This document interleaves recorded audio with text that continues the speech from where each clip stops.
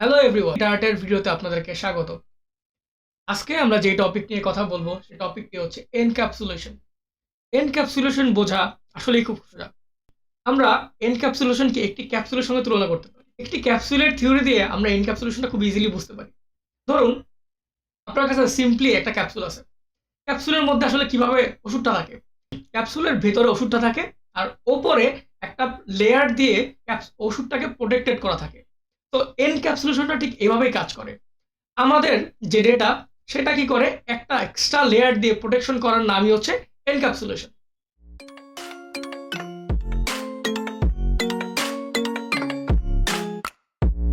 Theory তো মোটামুটি বুঝে ফেললাম। এবার চলুন আমরা এটাকে প্র্যাকটিক্যালি বা কোডিং এর মাধ্যমে বোঝার চেষ্টা করি। এনক্যাপসুলেশন বুঝতে হলে আমাদের পাবলিক এবং প্রাইভেট ডেটা সম্পর্কে জানতে হবে। পাবলিক এবং প্রাইভেট ভ্যারিয়েবল আসলে কি? ধরুন, আমরা একটা ক্লাস ক্রিয়েট করেছি এবং এই ক্লাসের একটা ইনস্ট্যান্ট আরেকটা ক্লাসে ক্রিয়েট করেছি।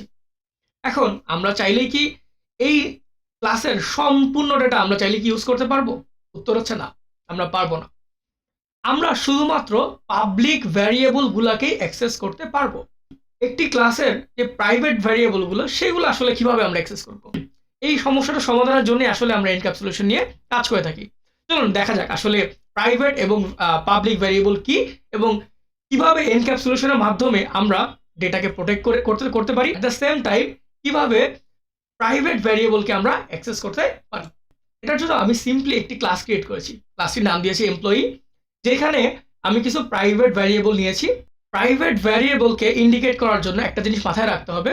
আমরা প্রাইভেট ভ্যারিয়েবল বোঝানোর জন্য ভ্যারিয়েবলের শুরুতে একটি আন্ডারস্কোর ইউজ করে থাকি। এই ভ্যারিয়েবলগুলো হচ্ছে আমাদের প্রাইভেট ভ্যারিয়েবল। আমরা যদি মেইন ফাংশনে এমপ্লয়ি ক্লাসের একটি ইনস্ট্যান্ট ক্রিয়েট করি এবং এই ইনস্ট্যান্ট ব্যবহার করে আমাদের এমপ্লয়ি ক্লাসের প্রাইভেট ভ্যারিয়েবলগুলো অ্যাক্সেস করার চেষ্টা করি, তাহলে দেখবো যে ভ্যারিয়েবলগুলো অ্যাক্সেস করা যাচ্ছে না। চলো একটু ট্রাই করে দেখি। তো সিম্পলি আমি ইএমপি ডট দিয়ে যদি আমি প্রাইভেট ভ্যারিয়েবলগুলোকে অ্যাক্সেস করতে চাই, তাহলে দেখবো যে আমাদের অ্যাক্সেস করতে দিচ্ছে না। কিন্তু আমাদের এই প্রাইভেট ভ্যারিয়েবলগুলোকে সামহাউ যদি আমাদের ইউজ করতে হয়, তাহলে কিভাবে করতে পারি?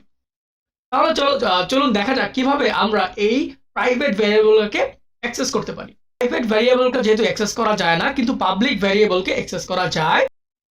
আমরা এই প্রাইভেট ভ্যারিয়েবলগুলোকে অ্যাক্সেস করার জন্য একটি গেটার এবং সেটার মেথডের হেল্প নিতে পারি। চলুন দেখি কিভাবে। আমরা একটি গেটার এবং একটি সেটার মেথড তৈরি করেছি।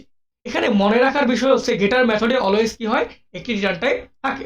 যেহেতু আইডিটা আমাদের ইন্ট টাইপের একটা ভ্যারিয়েবল, সেহেতু আমাদের গেটার মেথডটা হবে কি ইন্ট টাইপের। তো আমরা সিম্পলি একটা ইন্ট গেট আইডি নামে একটা গেটার মেথড তৈরি করেছি, যেটা কি করবে, আমাদের একটা আইডি রিটার্ন করবে।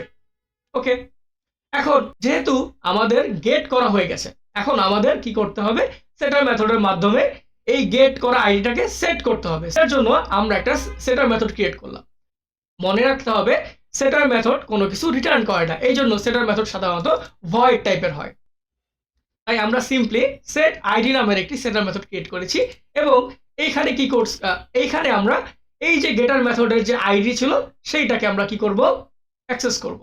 আমরা আইডি সেট করার জন্য সেট আইডি নামে একটি সেটার মেথড, এবং নেম সেট করার জন্য সেট নেম নামে একটি সেটার মেথড ক্রিয়েট করব।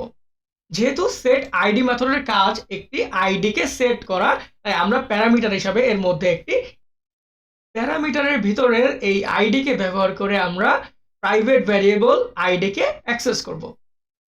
চলুন দেখা যাক আমরা আসলে কিভাবে অ্যাক্সেস করতেছি।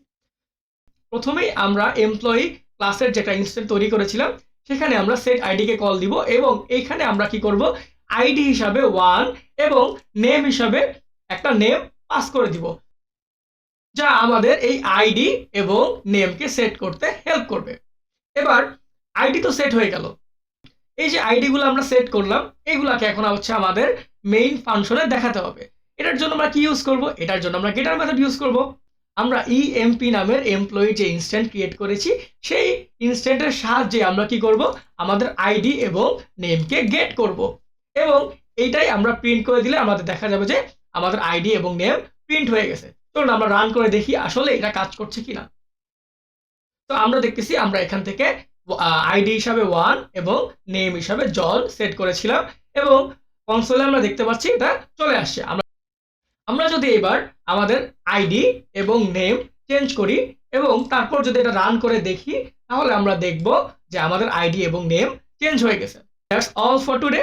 আশা করি আপনারা এনক্যাপসুলেশন বুঝেছেন। ভিডিওটি ভালো লাগলে লাইক করবেন, শেয়ার করবেন। Thank you.